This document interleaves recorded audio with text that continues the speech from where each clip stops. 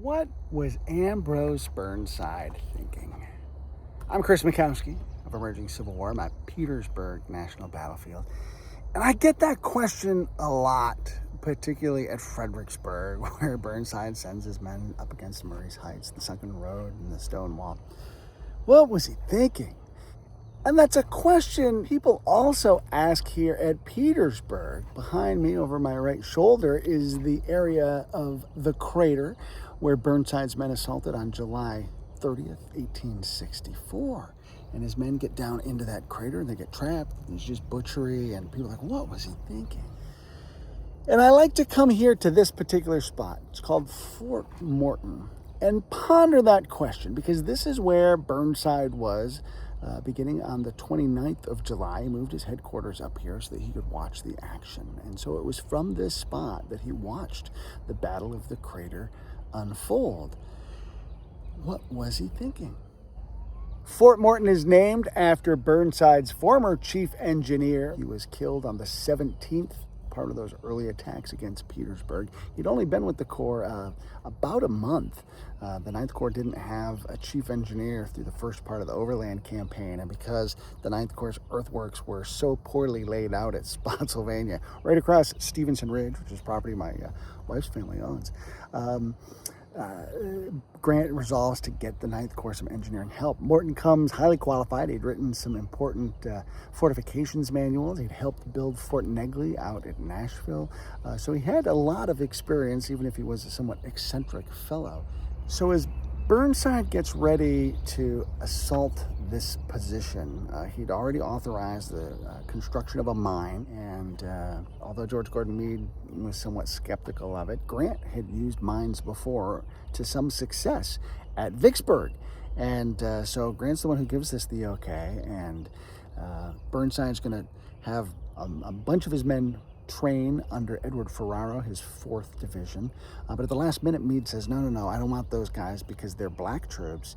And he's just afraid of the political ramifications, not sure whether they'll fight. And so he tells Burnside to pick some other guys. And so the other 3 division commanders, Robert Potter, Orlando Wilcox, and James Ledlie, draw straws. Ledlie wins/loses. He draws the short straw, and it could not be more calamitous for the Ninth Corps, because Ledlie is easily the worst division commander in the Corps, probably the worst division commander in the Army. He's only got his position because of seniority, and he's going to be drunk and hide in a bunker for most of the attack on July 30th. And as men go forward, they sort of underperform because they hadn't trained for it, and then Ferraro's division is going to follow up. His men had trained for it, but they're now in a different role. They charge into the crater. It becomes a calamity, and as Ulysses S. Grant famously says, it's the saddest affair he'd witnessed during the war. What was Burnside thinking as he watched that unfold across this valley? What was Burnside thinking? And so coming out here to Fort Morton gives people the opportunity to reflect on that, think about it, and wonder. And everybody goes right over to the crater, often skipping this stop. But it's a neat little spot. There have been 14 cannon here under the 1st Connecticut Heavy Artillery, and gave it the nickname the 14-gun battery. And there had been a house nearby, the ruins of which are behind me, right there, the Taylor House. That's just one of the outbuildings. We don't know what the actual main building was.